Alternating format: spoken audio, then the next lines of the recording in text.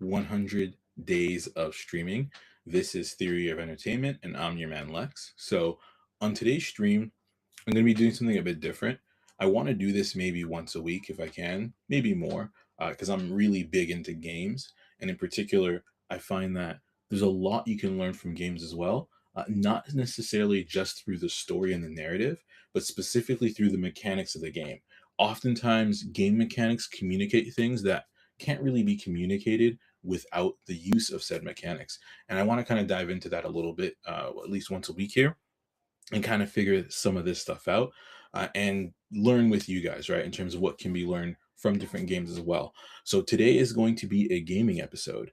And specifically here, I'm super excited because I had some issues with my monitor recently and I couldn't play anything and figured out that it was one of my cords that wasn't working. Was able to switch that out today.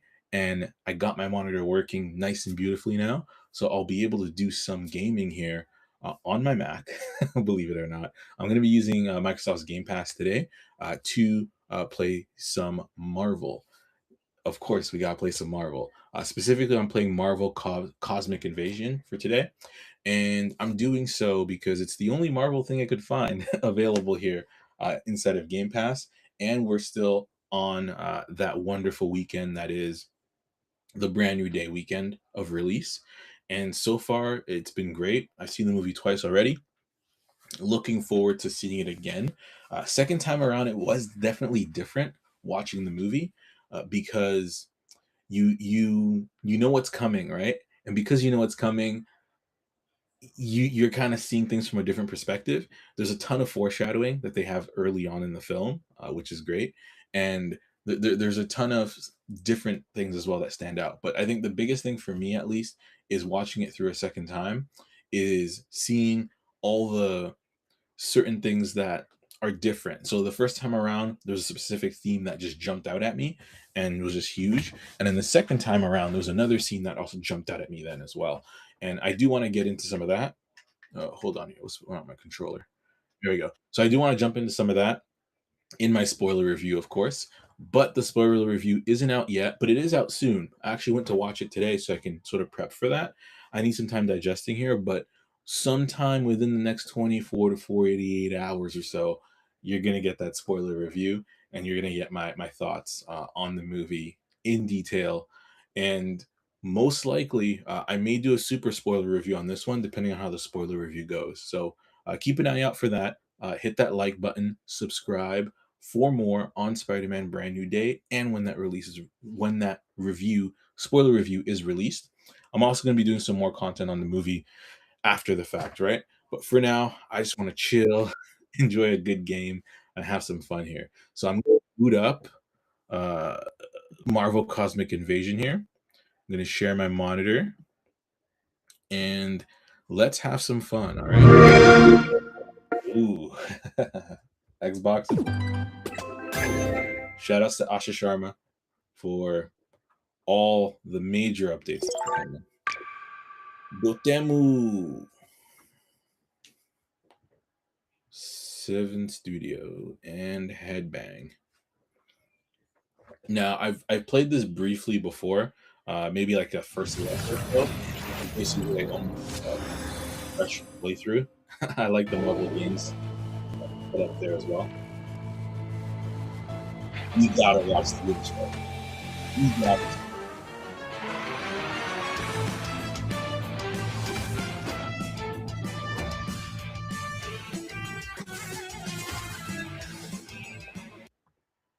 Oh.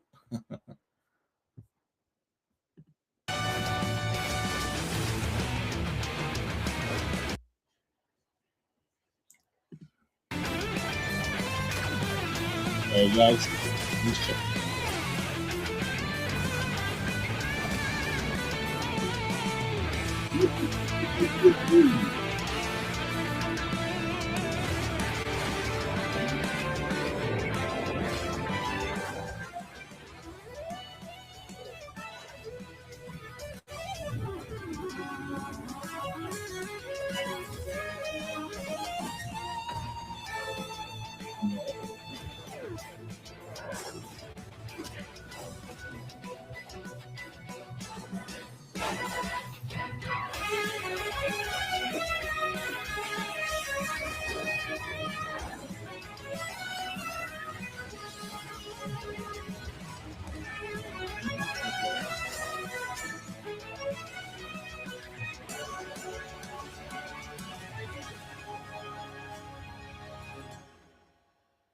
Awesome.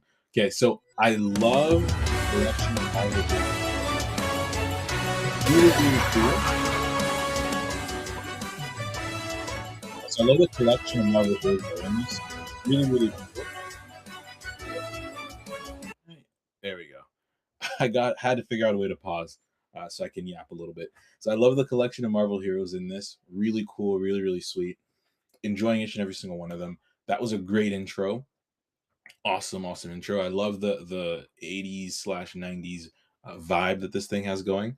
More so 90s than I would say. But hey, this is looking to be a really good one so far. I love the visuals and I'm excited to play. So given that it's brand new day weekend, guess which characters I'm gonna play as. Now I'm gonna try. Yeah, let's just do it. Oh, should I have continued? Yeah, continuing is fine. Yeah.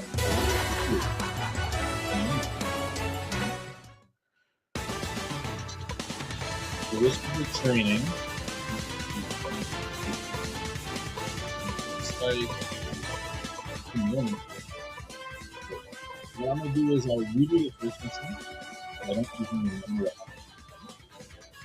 And we'll go from there. So I'm gonna start off with my voice. Spider-Man does whatever a spider can. I don't know what this star is. Nova or Spider? I guess I'll figure that out. This one, right? Iron Man. Cosmic Ghost Spider. Okay. Are we gonna get that in the Ryan Gosling? Okay. So I'm gonna do Spider-Man and Black Panther? Did I?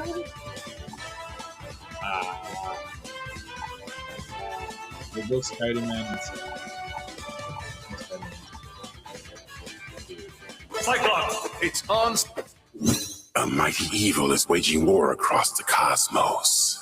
Annihilus has emerged from the depths of the negative zone to claim the entire universe as his own. Chaos and destruction reign. Now his sights fall onto Earth itself.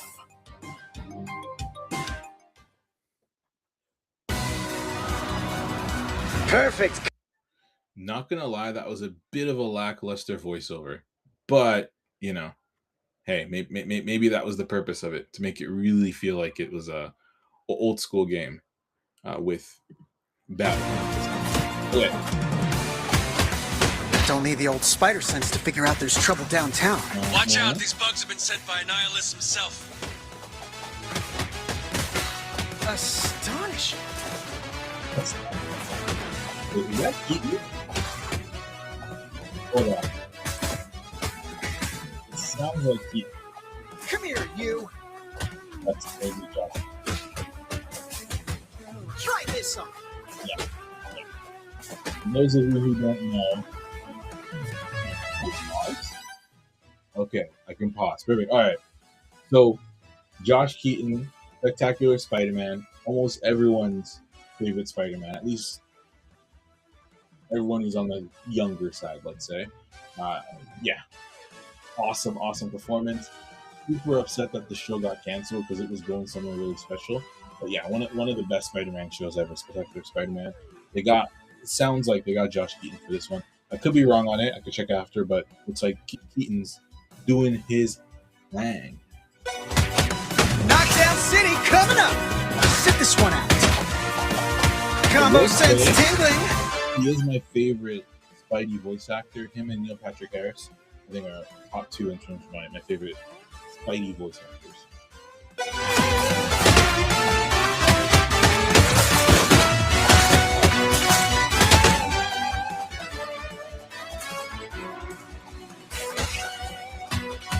Switcheroo.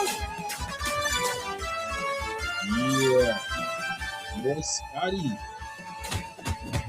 Optic beam!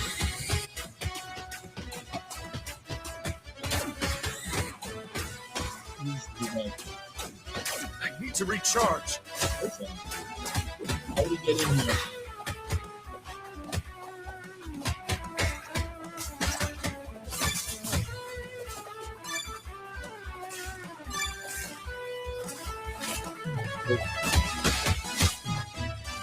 One thing I'll say right off the bat is Scott Summers feels awesome gameplay wise. Unfortunately, maybe I have to get used to Spidey or get used to his moveset or whatever it is, but he's not feeling as nice. Something as simple as the web swing, it's like just one swing. There's no second swing. And I don't know. I'm going to get into some more, but so far I'm not feeling Spider-Man's moves. Maybe I just have to get used to them. So hit enemies with a single web swing kick using Spider-Man.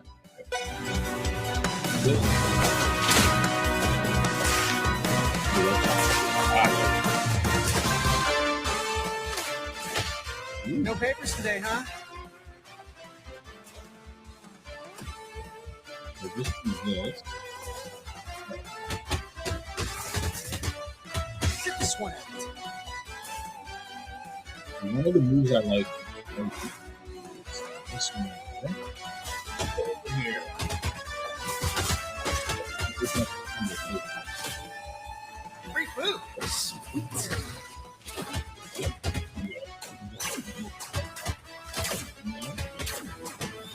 I'm all charged up. You're done.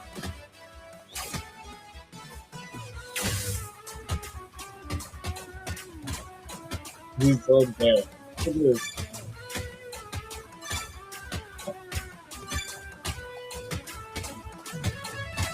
Get out of my sight. I love the fact that it's easy. Hey, look, webs.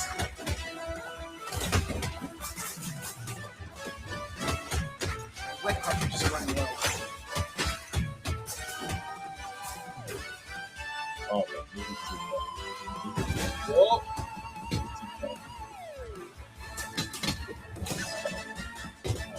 I'm gonna lock in.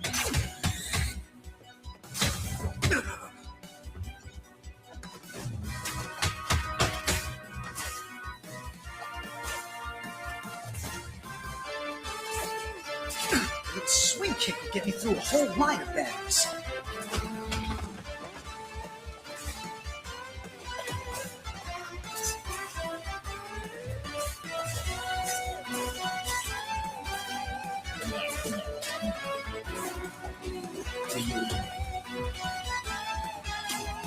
Don't get up.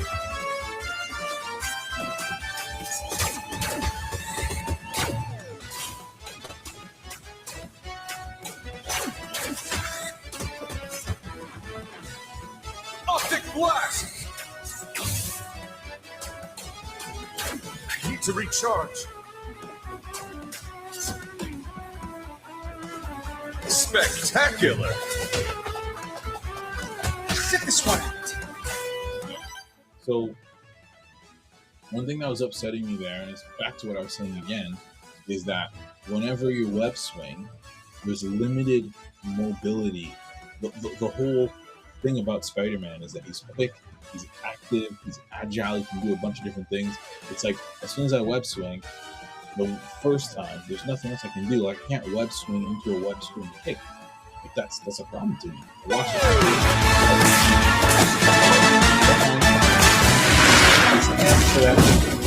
Hey, come on! There's enough dough to go around for everyone!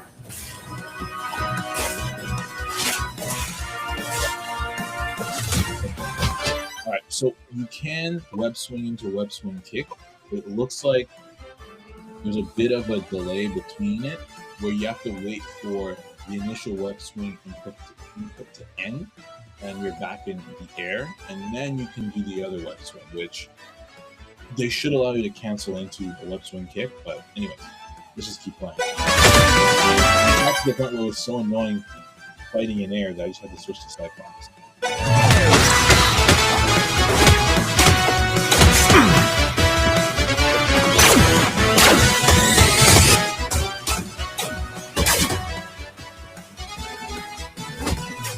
Visor strike.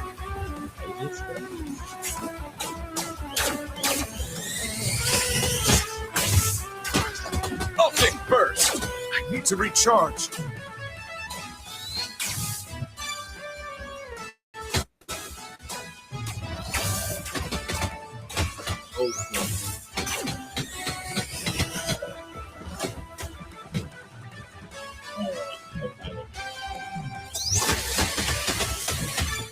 Optic blast.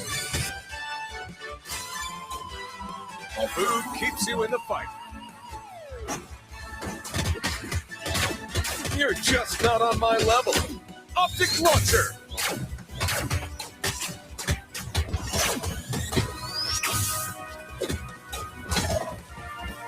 Get it, Spidey.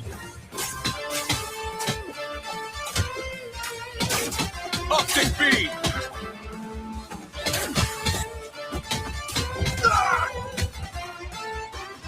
Slow down, pal.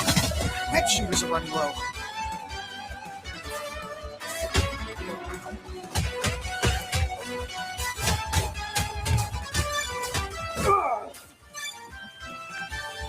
I gotta get away from these freaks. Why are they chasing Beetle? They want the name of his tailor? The troopers think he's one of them, betraying the hive mind. No. Beetle's a crook. We have to help him. Need to recharge. You're done. Made you look.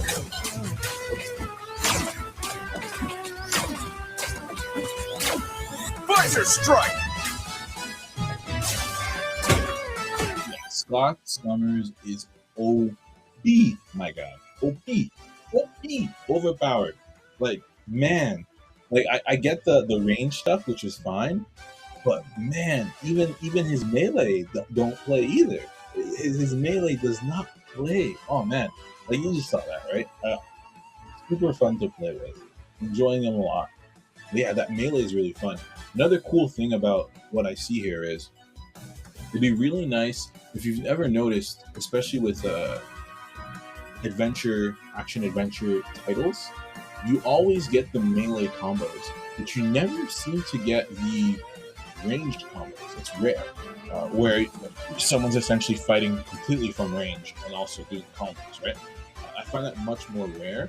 It's nice to see though here that at least Scott is able to have more range in other characters, specifically his light punch, how that just shoots out a beam.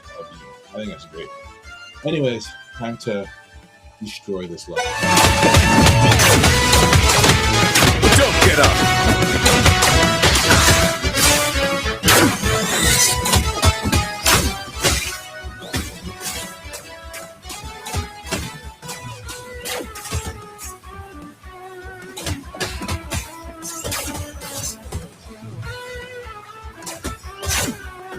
Optic blast. I need to recharge. One last time. Absolutely love the gameplay here. You see that dash, that side dash with the oh man, I love that move. Absolutely great. Super fun, super fun. Food keeps you in the fight.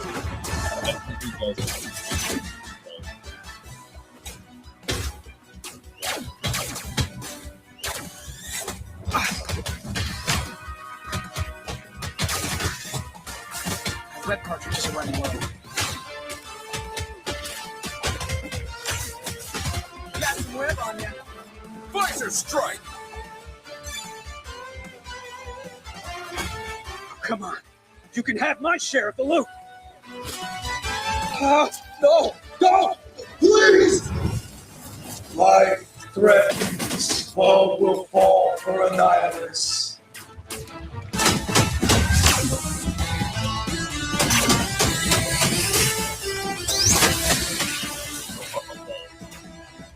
Life threatens. Never thought I'd miss that sparkling beetle repartee. He's under Annihilus's control. Fate wars to death. I need to recharge.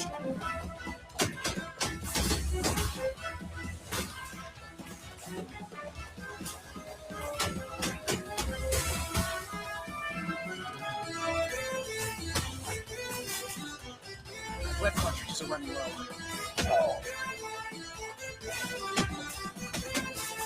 Web shooters are running low.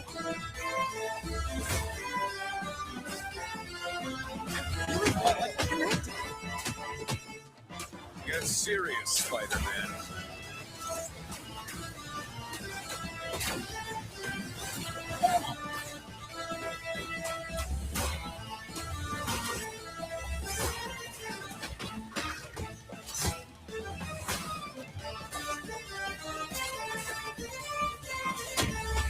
Zip this one out.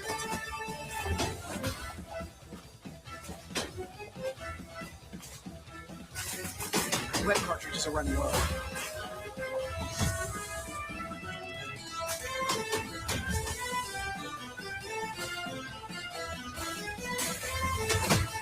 Eye blast. Web shooters are running low. Oh, Action is running low.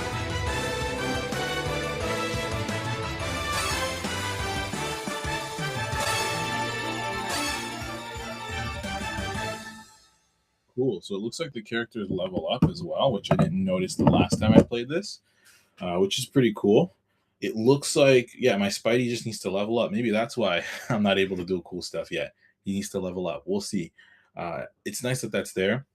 What I noticed with this playthrough that's interesting is it seems as though Scott is really offensive, and defensively he's not that nice, in the sense that at some point in that battle, my Spidey's health was much higher than Scott's health, which would make sense because Spidey's much more durable than Scott, at least canonically speaking. So I wonder if that's the case here, where they have different levels of health and all that kind of stuff, in terms of why it is that Scott's health drained as much as it did.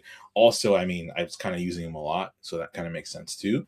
But I'm very curious to see sort of how that plays out and how it works. One thing that was really nice towards the end there is, because of the buddy system where you can sort of tag in and tag out, I was able to tag out Scott and continue to sort of handle the threat with Spider-Man. And then behind the scenes, Scott was still able to come in and assist, hit him with the beams, you know, and get that thing going. And I think that's really good in the sense that in here, with this team up with Spider-Man and Scott Summers, there is enough differentiation between the characters where one does complement the other. So in a lot of instances, when I'm in a ranged fight or where there's range involved, Spidey sometimes just doesn't seem to work out that well. And that's where Scott comes in, right? Which is nice. But at times, because of Scott's health and what was going on as well with, the combat, it might have been better to switch over to Spidey. It's a little early for me to jump into this in terms of figuring out what's working and what isn't. But it seems like that's what's the case right now. And I guess I got to explore the gameplay a bit more to kind of figure this thing out. But let's see what happens. Let's see what's next here. Looks like there's a bug that was controlling this guy. I gotta change my costume. That's funny. Yeah, so it's like a bug controlling another bug. So I got Mosha,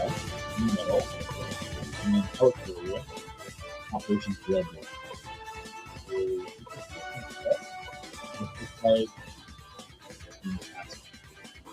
I'm feeling I do like to grant half at least. Oh, and I can pick new characters so I can keep the same character.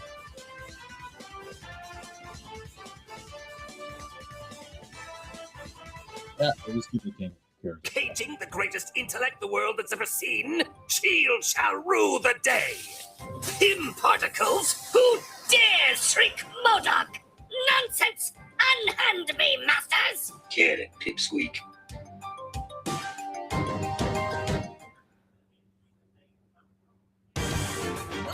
Okay, so it's definitely meant to be just over the top cheesy. The voice acting is definitely meant to be over the top cheesy, which, okay, I get it, makes sense. Why the Watcher sounded the way he did and all that, which is cool.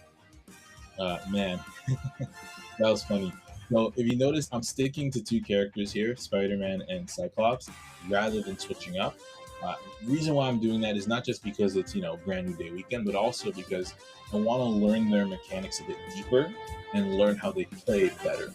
Because one of the things about games in particular is that in order for you to kind of derive certain things from the mechanics, you have to know the mechanics deeply enough for them to then be applicable and usable outside of the game. But in particular here, I'm looking to learn a bit more how these guys play, and we'll see if I'm able to dig something up tonight. Maybe not. Most likely, though, as I play through the game and get better at it and sort of build expertise, there's going to be a treasure trove of things to unlock here. So far, the game is super fun. Definitely enjoying it. And yeah, I'm looking forward to what's next. Let's kick some butt. Slow down, pal! MODOK was captured by S.H.I.E.L.D., but AIM is now breaking him out as part of a pact with the invaders. Even the powers from beyond the stars recognize the size of MODOK's intellect. Yeah, so speaking of size, do you now go by mental organism designed only for carrying?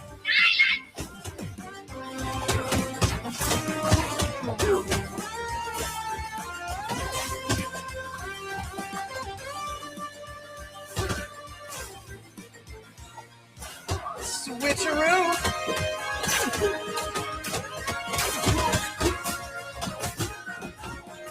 That shooter's a run low.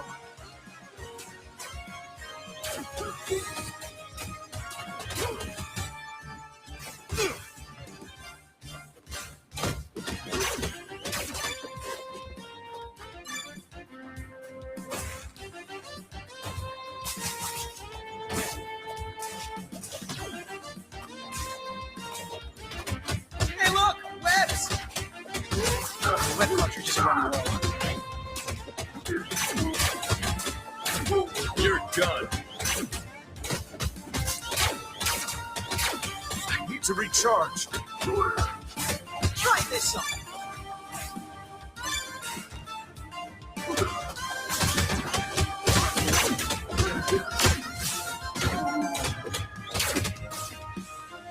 Optic beam.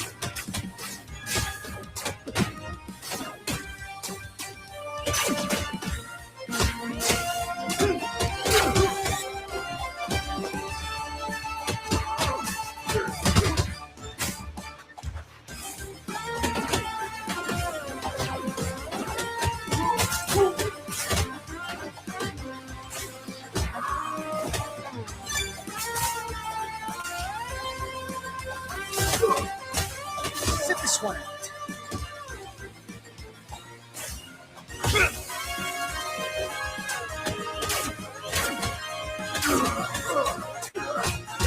Visor strike. I need to recharge. Don't get up.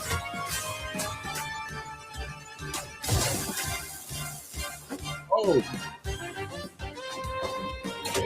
Made you look.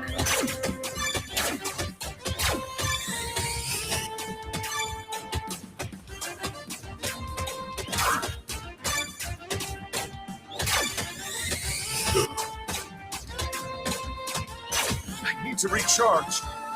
that was I need to recharge. Optic blast.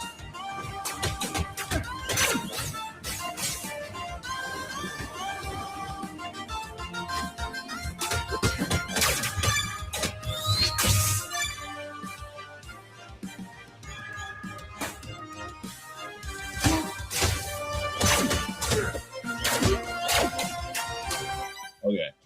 I think it's safe to say that Cyclops is my favorite character in this game. So far, Psyche is definitely my favorite character.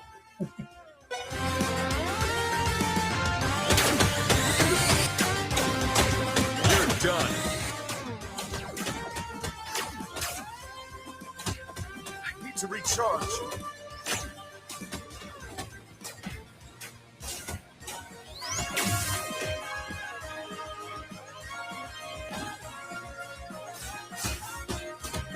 Optic burst.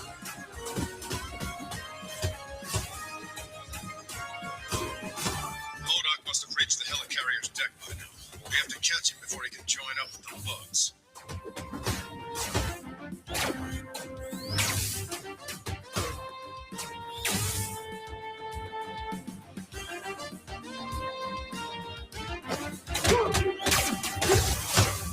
Visor strike. I had to tag Spidey in because it was getting too much at this point. it is Brand New Day weekend, so he's got to get in there. Got some web on you.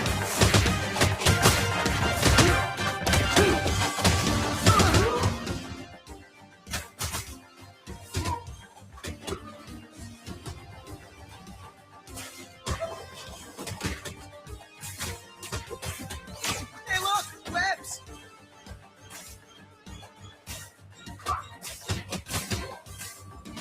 My web shooters are running low. Get over here.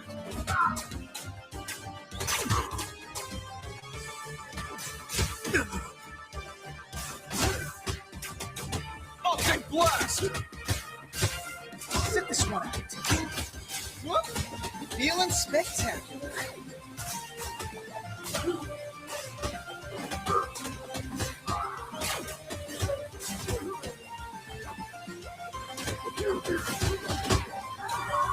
Whoops. It's Optic beam!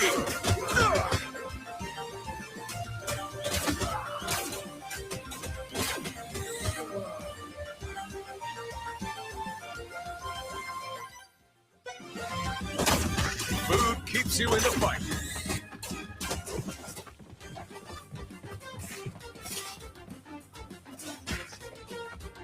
Slow down, pal.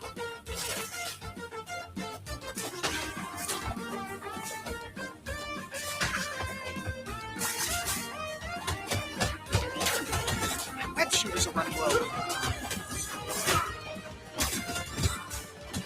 Web cartridges are running low.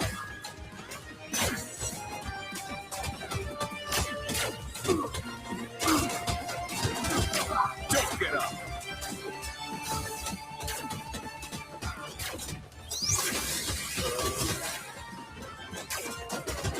Visor strike!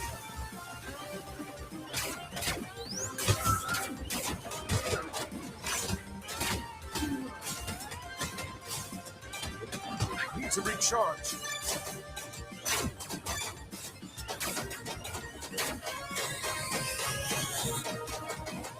I need to reach. I feel like his heavy beam should get stronger and stronger as he's using it. So it sort of forces you to save up more of that beam for like a really strong play toward the end there. So like for example, shooting at this thing, if I held it just a bit longer, that it gets stronger and stronger and then sort of dissipates. I think that'd be pretty helpful there with that. Yeah, gotten a nice zone as well with the combat. The combat feels very, very smooth and very effective. What I am noticing is the controls are similar for both characters, but even though, for example, completely different archetypes, completely different characters, the same combos and moves that I'm learning with Cyclops, I can then also use that same pattern of play, so far at least with Spider-Man, which is interesting. I'm going to see sort of how far that goes, but there's a lot I'm learning with Cyclops that just translates very well to Spider-Man so far, which was a nugget there, but I'm going to actually see if there's more of that in the gameplay before I sort of speak on.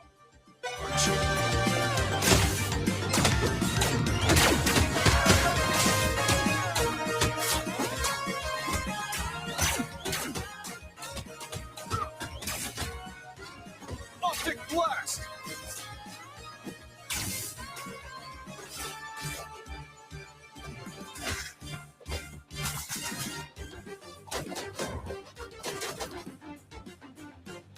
Free food? Sweet! My web shooters are running low. Sit this one out.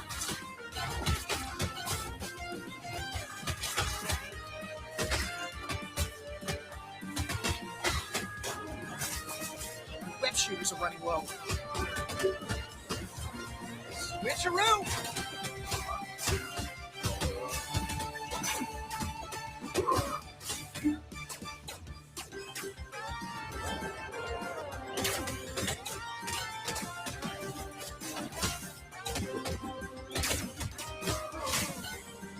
You're done.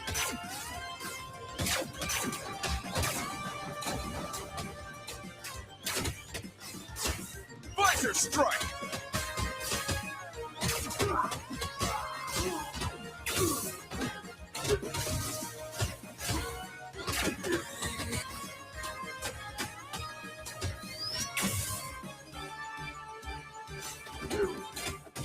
Catapult!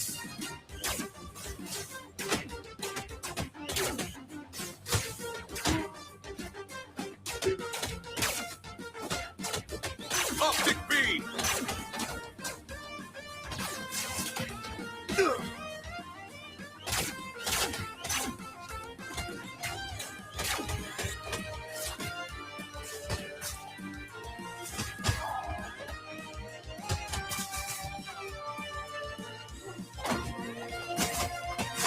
Switcheroo! You're just not on my level. Return me to my proper size, you masked miscreant! That's the Bug's problem now. Okay, so oddly enough, I've actually been able to do better melee with Cyclops than with Spider-Man, which, again, Cyclops is OP in this thing for sure. But yeah, so far I thought that's been pretty interesting. The fact that in melee situations, I actually tend to go more with Cyclops. Where he has a weakness is actually, interestingly enough, over the air opponents, right?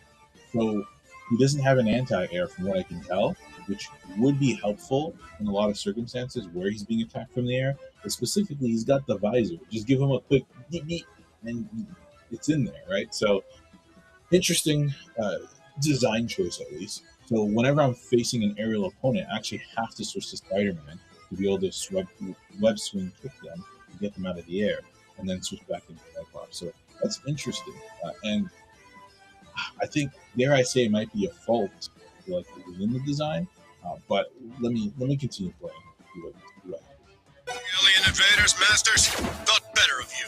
You shouldn't, Winghead. Beekeepers of bugs, their money's still green.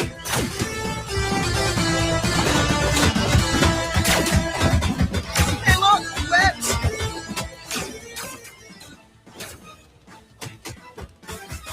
What's your price, Tasky? Maybe Tony Stark can match it. I ain't interested in your boss's money, lackey.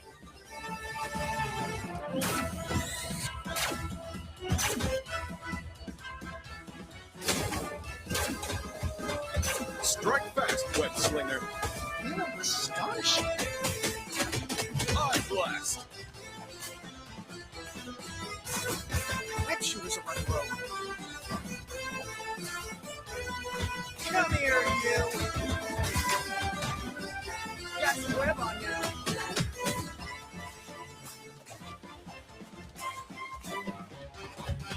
Web cartridges are running low.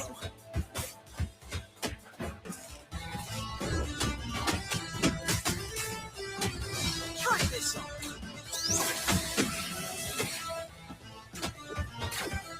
Optic blast! Spectacular!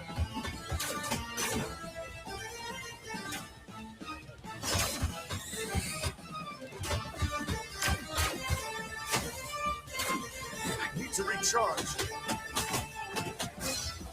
Feeling amazing.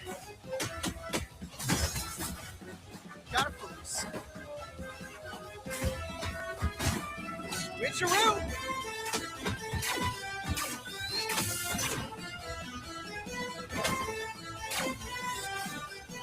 I need to recharge.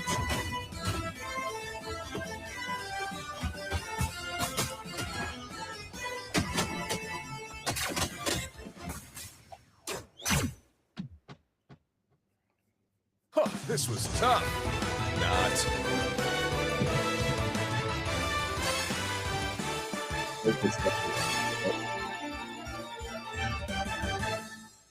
Interesting. So it looks like there's some leveling up. Thanks for the workout. Now that the job's done, I can get out of here. We could use someone like you against the invaders, masters. No thanks. You might want to go check on your friends in the Savage Land, though. We have to warn them. They're next.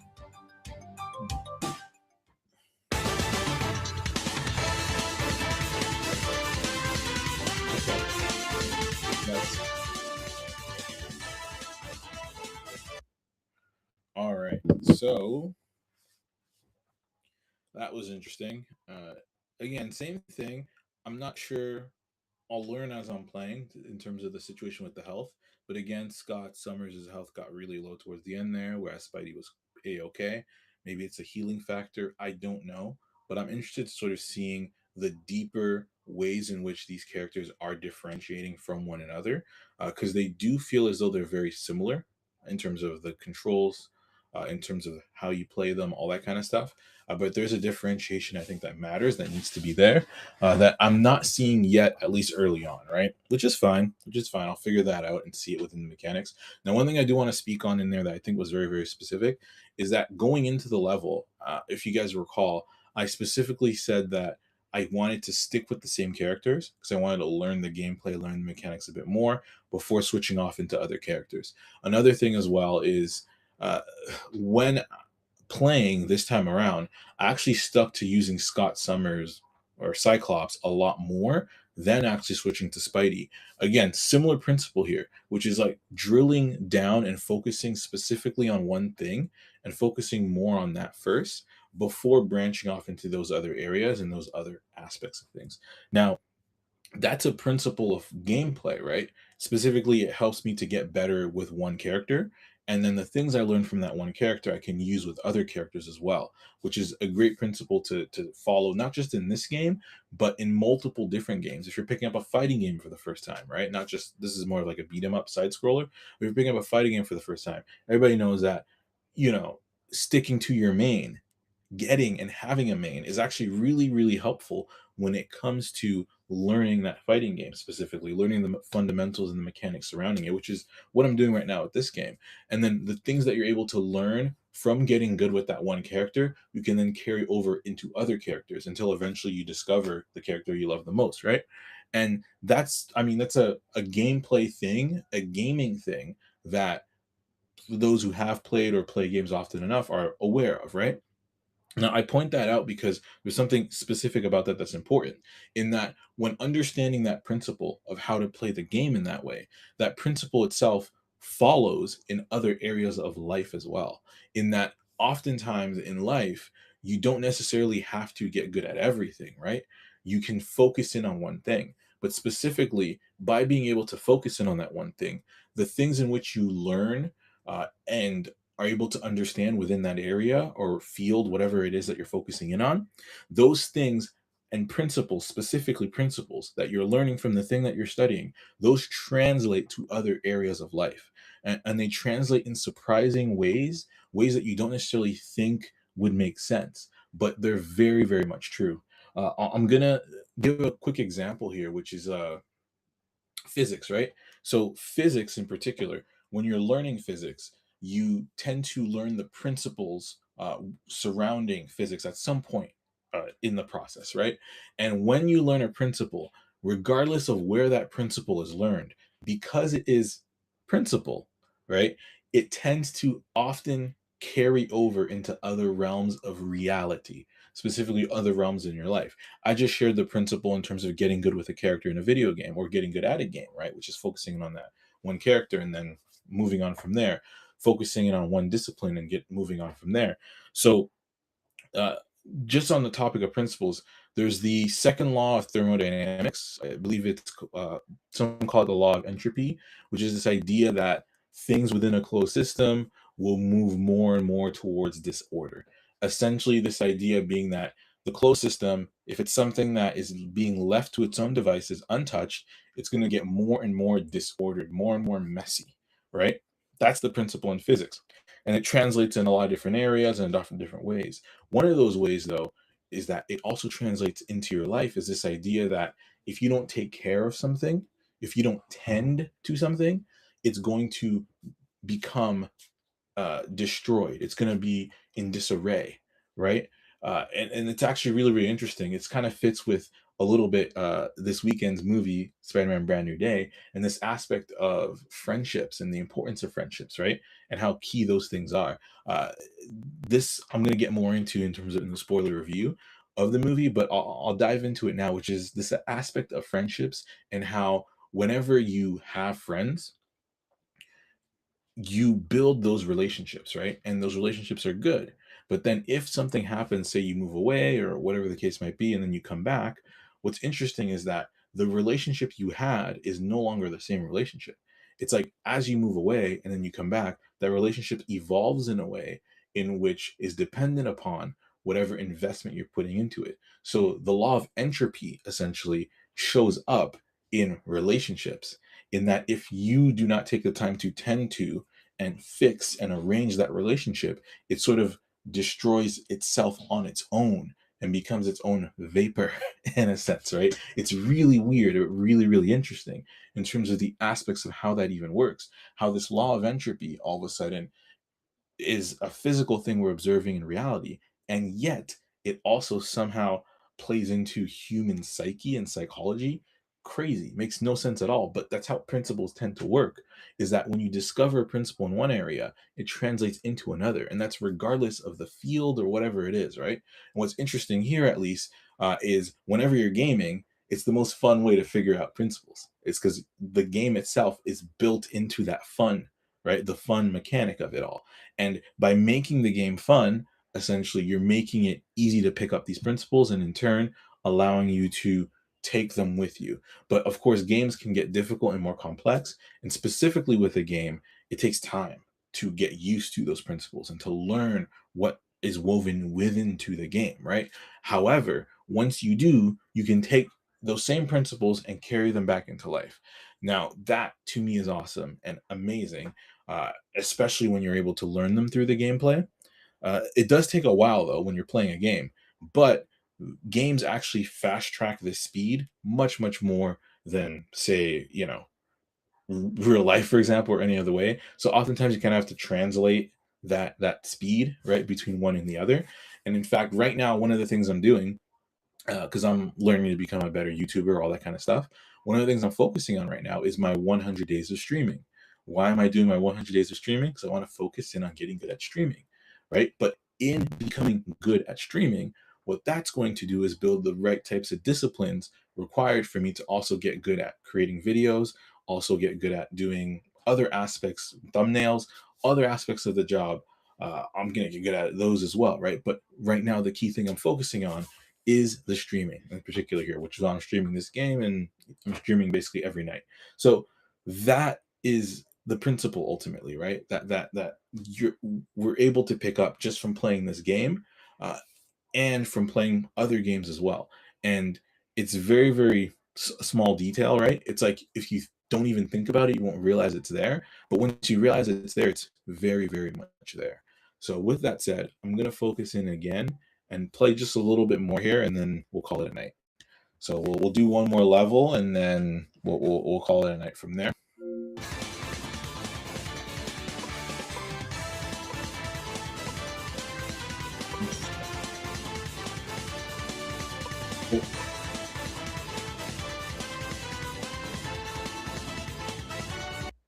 So I would have thought that it would let me just go into those other areas without completing that other mission or level, but it looks like it's not letting me do it. So we'll head into the mission up there. See, it's not letting me go to the left. Whatever. Promotion. All right. Gotta stick with the crew. Gotta stick with the crew. Strange activity was detected at the old Sentinel complex. Please, be careful. Don't worry, Chuck. I got my can openers right here. We must leave no stone unturned in our search for the missing mutants.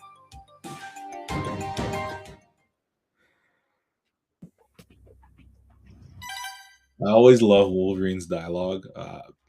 I love how distinct the character is. So he just has the kind of dialogue that he has. I got my can openers right here.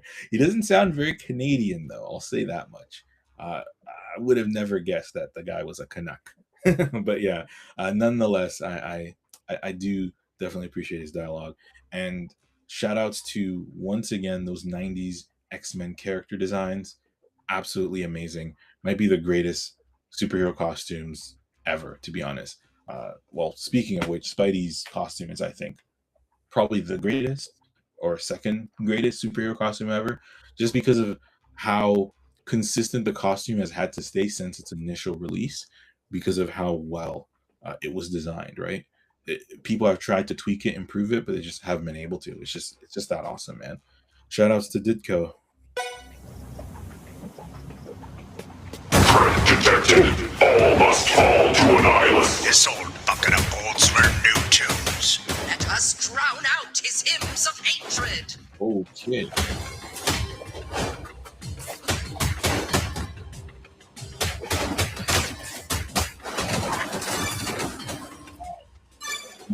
For real. Okay, so I want to talk about that Sentinel sequence though. So games do this often and they do a great job with it, right? Which is this idea of whenever there's a new enemy type, specific enemy type that is different, that you need to pay attention to. You'll notice that in the game, they'll design it in a way where you're only fighting that one enemy type. No matter if it's like a huge, a medium type boss or a larger one. Like right now I got 2 Sentinels that I gotta destroy, right? But they didn't start with 2 Sentinels, they started with 1 Sentinel. And they wanted me to focus in on that 1 Sentinel and get good at figuring out how to beat it. And then once they're like, okay, you can beat that 1 Sentinel, guess what happens? 2 more Sentinels show up. And now you gotta take down those, right? But this is very, very emblematic of life, right?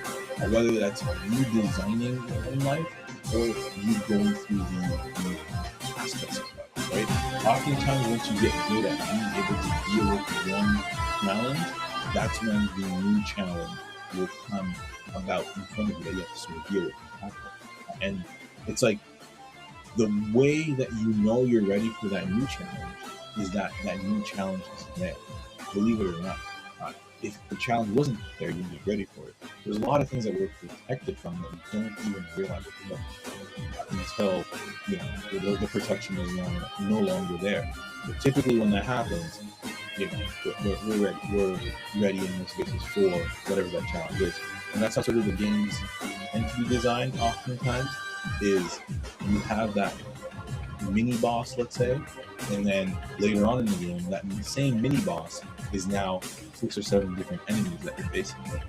I'll give an example, at least in my own life, to kind of elucidate this a bit more. I remember when we had our first child growing up.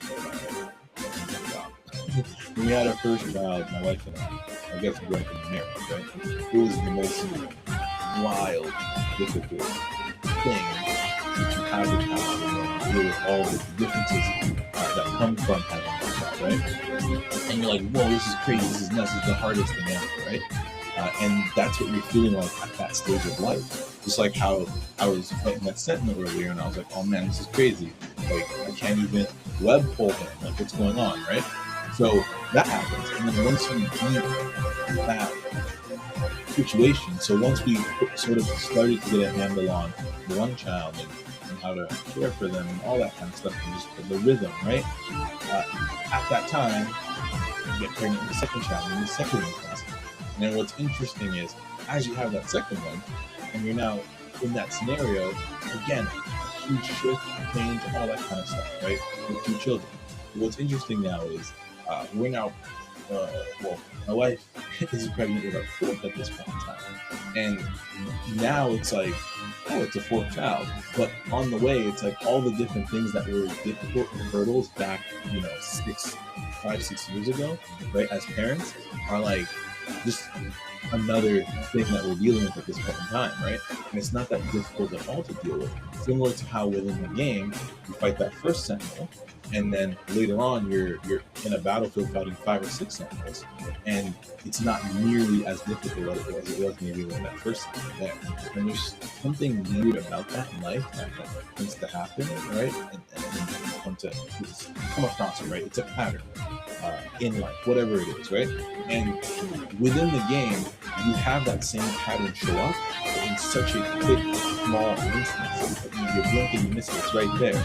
But this pattern is showing up. When we fight the first Sentinel, now we got 2 more Sentinels. Eventually in this level, I'll probably be fighting 4, 5, 6 Sentinels, potentially. I don't know, we'll see. But the point I'm making is that in order for the game to be fun, it has to somehow represent principles that show up in real life in the manner in which they sometimes show up in real life as well. It's a very weird, odd thing. I don't know what to call this principle we just talked about, but it is a thing. For example, if this level started, and rather than facing off against 1 Sentinel to introduce that enemy type, I was facing off against 7 Sentinels right off the bat, that just wouldn't be fun. It kind of be weird and annoying, like what is being thrown at me. It wouldn't make sense, right? But at the same time, for them to make it fun, they have to introduce it in the way that they introduce it. It just so happens that its manner of introduction matches, in most cases, the manner in which you would come across that pattern in real life, which, again, really wild, right? Makes no sense that the two would relate to one another, but they definitely do. And it's like, when we're playing, you kind of have to sort of pick up and catch these small patterns, because what will happen is, in your day-to-day, you'll start to notice the pattern that you notice within the game, but you're not in the game, you're in real life, and it's like, oh, wait, okay, this is what happened then, but this is how I'm going to operate now. There's no issue that you have in the game. But anyways, this is a lot. This is a lot going out there, but hopefully, you guys are following in terms of what I'm talking about. Anyways. Optic beam! Hey, look! Webs! Our web shooters are running low. I can sense mutants here. Make sure to check the cells. Okay, so it looks like these sentinels are smaller in terms of heating them up, because I was able to do a web pull with these guys, which I wasn't able to with the first one. So this is introducing a new set of enemies, but they're smaller ones, and there's only 2 of them. So it looks like we're going to have different types of sentinels throughout this level. I'm curious to see then if that larger sentinel from the beginning, if we're actually going to get those, more of those on screen at this time. My guess is we would.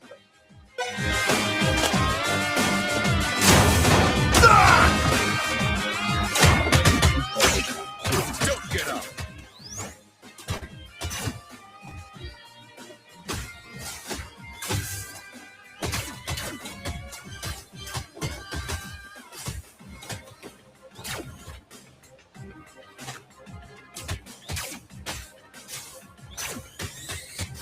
Get out of my sight!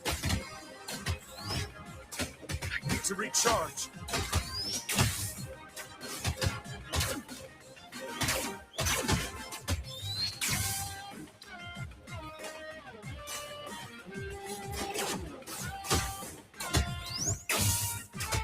You're just not on my level.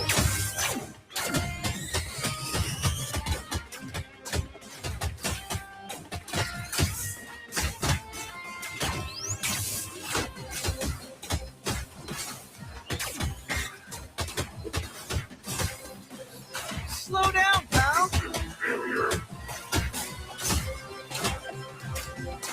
Visor strike!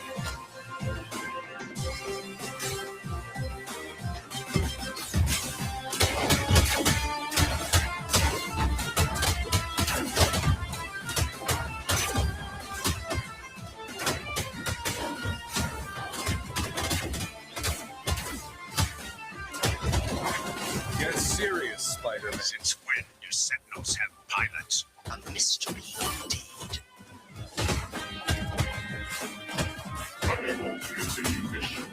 Web shooters are running low. Optic beam!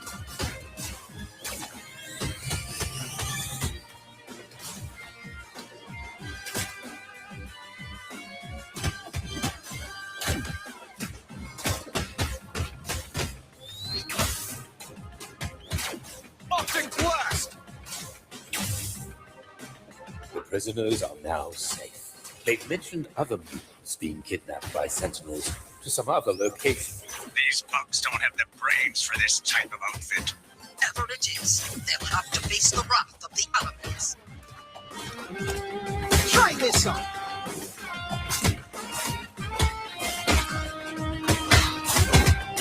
Visor strike!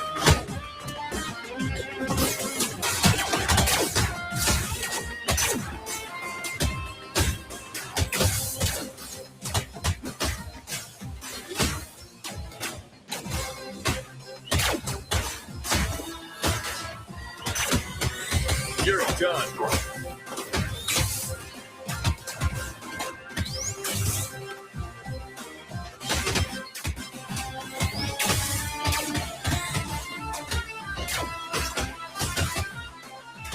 No discipline.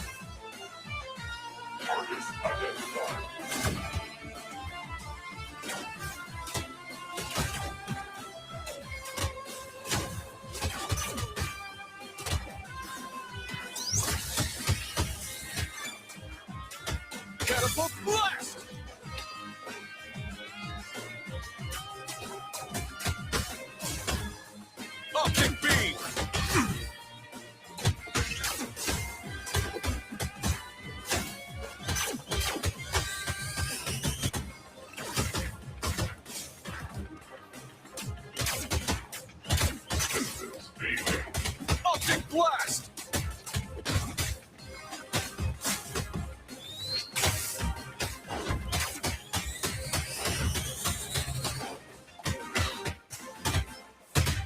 Hey, look! Webs!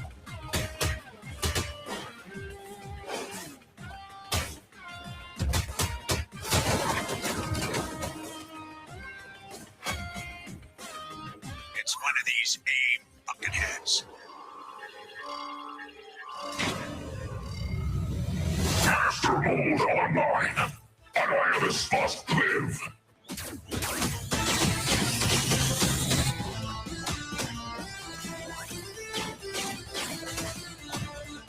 Got some web on it.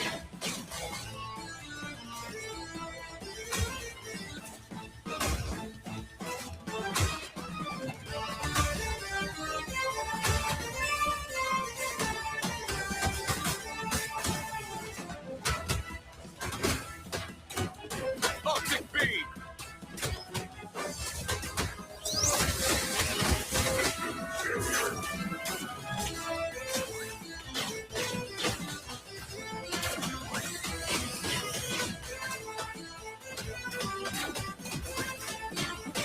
Need to recharge.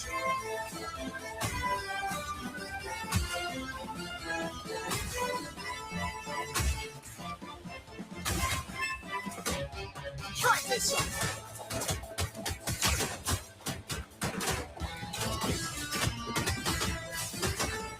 Don't get up. You're just not on my level. Optic blast! Slow down, pal.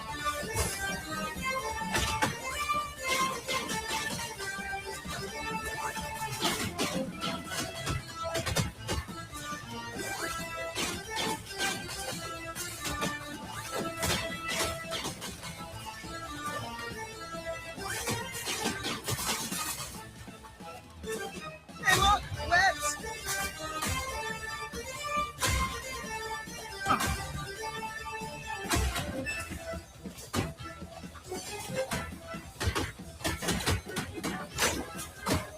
Sit this one out. Optic beam!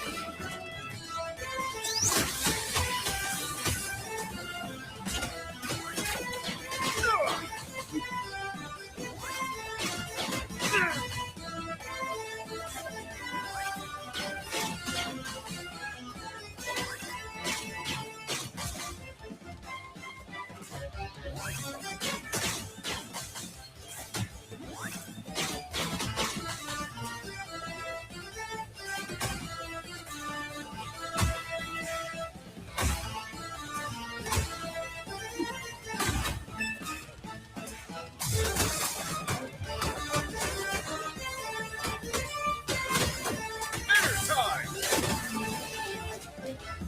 Visor strike! Is G-Item.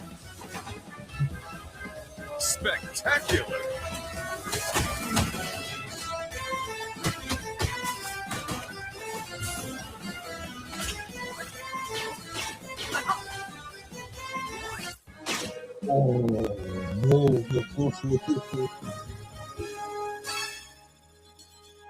Oh man, that was close.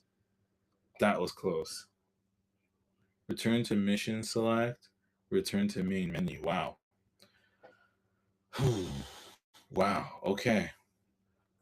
I was that close to defeating Master Mold, y'all. That close to defeating Master Mold. Okay. I'm gonna call it a night here in regards to the stream. Keep it a bit short. But that was really fun. That was really fun. Let me cut off my video here. Okay, so man, I'm gonna have a blast playing this game. So it's still very, very early on here in terms of the gameplay. I'm still sussing out and learning what some of the mechanics are, how they work, why they were designed that way, and yeah, just figuring out the different details, figuring out how Spider-Man plays. So far, in terms of characters, I've only played as Captain America, Cyclops, and Spider-Man. I think those are the only ones I played as so far. In this stream, I didn't showcased the Captain America stuff yet, but so far I would say my favorite characters to play as in terms of a tandem is Captain America and Cyclops specifically together, right? Those two together. I did have a round where I think I played Spider-Man and Captain America. I think I did that, and boy, oh boy, did it not work. It was really rough. Excuse me, because it looks like both of those characters are rushdown characters, Captain America and Spider-Man, and because of that, they like to fight up close and get in up close. And the problem is that there's a lot of situations where you need some range. And although Captain America can throw his little shield and stuff and do all that, the shield is sometimes, most of the time, not enough for some of these threats that come up within the game. So I found myself in a situation where it was a bit more difficult to play through some of the earlier levels with that team up. So far with Cyclops and Spidey, it kind of fixes that issue because again, you have that back and forth tandem of Cyclops being able to handle the range stuff and Spider-Man being able to handle things up close. And I think that the game is actually better when it's designed that way, when there is a differentiation between the characters and when you do have the characters be able to complement one another, right? I think those are very, very important and key aspects of things. But again, in order for the game to be more fun, it needs to lean into what those mechanics are that I just talked about, right? But in the same way, as the game leans into that, right? In real life, again, flip this over to real life. When you're building a team, what do you do when you're building that team? You are building specifically for traits in which you do not have. So if you are someone who has a particular weakness, right? You find someone who does not have that same weakness. And in sense, you're able to cover for each other. And oftentimes, the person who doesn't have your weakness has another weakness that you're actually able to cover very effectively and very well, right? So that I think is really, really important and key when picking out a friend, when picking out a lover, potential spouse, right? When picking out a employee or a hire, or when you're in the character select screen of a video game. You're sort of seeing what I'm talking about here in terms of how these things are layered in. And ultimately, when you learn one of those things very well, you can translate the things that you learned there into other areas of life. And one of those things being a video game. So what we're going to do, at least going forward, is I'm going to be doing these streams probably once a week is my guess here, just streaming specifically a game and learning that game and getting deep into the mechanics of that game and then translating some of those mechanics into real life, into the day-to-day as best I can. I'm just speaking super high level here in terms of, you know, how this stuff usually works. As I dive into this game and play it much, much deeper and understand it much, much deeper, I can actually then derive some more of those principles and lay them out in an effective manner, I feel like. But either way, this is super fun to play with, super enjoyable. And yeah, I think the more fun a game is, the more enjoyable a game is, the more entertaining it is, I feel like the more there actually is to derive from it, oftentimes, right? Because there's something special about gaming. Well, with games, it just has to be fun, right? Ultimately, narrative, all that stuff, you throw that out the window. A game just has to be fun. And for whatever reason, whenever a game is fun, it translates super well into the mechanics of real life. I always like to think of it like how lions tend to play, right? They play with each other all the time, right? And in their games that they play, they're learning their hunting skills. They're learning how to be stealth. So it's the lions that play the least in this case that are the worst hunters ultimately, right? So that's really interesting because in our society, we look at those who play the most as the ones who are, I guess, the most useless in society, or the ones that shouldn't be valued, right? Which, you know, flip that on its head, essentially, right? I think there's something to not just gaming, but being good with games and getting good at games. And there are things about that that you can really and truly translate into your everyday life in an awesome and amazing way. And, you know, in ways and areas in which I can share that with you guys, just from my own journey and from what I've experienced, I'll definitely do that here on this channel. And as I'm playing through a game and I'm recognizing some of those principles within a game that have directly translated into my life, most definitely I'm going to bring that up as well. And one of the cool things that happens when gaming, at least for me, is sometimes I'll be in the middle of playing a game. So a game that I'm playing, for Lord knows how long, right? And as I get really good at that game and get really good at the mechanics of the game, it's like this meta level stuff starts to kick in terms of the understanding of the game. And that level of understanding is what I'm then able to bring into my own life in strange and interesting ways and solve problems that I otherwise wouldn't have been able to solve had I not been playing that game. So we'll see if that happens with this game specifically. It really depends on how deep the mechanics are and how well I feel like they're woven in. And as fun as it is, I do see some gaps within the game, right? In terms of things that could be improved upon. And who knows, we'll see where that goes. But yeah, with that said, this is my first stream here for this game, Marvel Cosmic Invasion. Super fun, super excited to move on here. And with that said, y'all, this is day 5, I think it is, of my 100 days of streaming. Wow, day 5. 5 is my favorite number for those of you who don't know. And gaming's my favorite genre of media, which I didn't even think about that going into the stream. So that's super fun. Really excited about that. So what I'm going to do tomorrow, if you guys are going to come into tomorrow's stream, I'm going to focus in a little bit more on some of the Spider-Man Brand New Day stuff. I'm getting some comments saying, hey, give us that spoiler review. So because of that, I'm going to speed that up, expedite that, and get the spoiler review ready sometime over the next 1 or 2 days here. And yeah, that's going to be up and running. And who knows, maybe during the live stream, I'll actually film the spoiler review at that point in time. We'll see. Depends on the night, depends on how the night goes, how the day goes, all that kind of stuff, right? This is wild. I'm streaming this at pretty late in the night. So whenever I can get to it, I get to it. But I'm making sure that I get to it for those 100 days because it's a must. Anyways, that's been Theory of Entertainment. This is the pod, or not pod, the stream, the channel, the YouTube. See, my mind is drawing blanks here at what time is it? Yeah, 4 a.m. My mind's drawing blanks here at 4 a.m. But anyways, I'm out. See you guys in the next stream. Hope you have a wonderful and blessed day. I'm your man Lex. This has been Theory of Entertainment. And remember, there's no such thing as entertainment. Peace.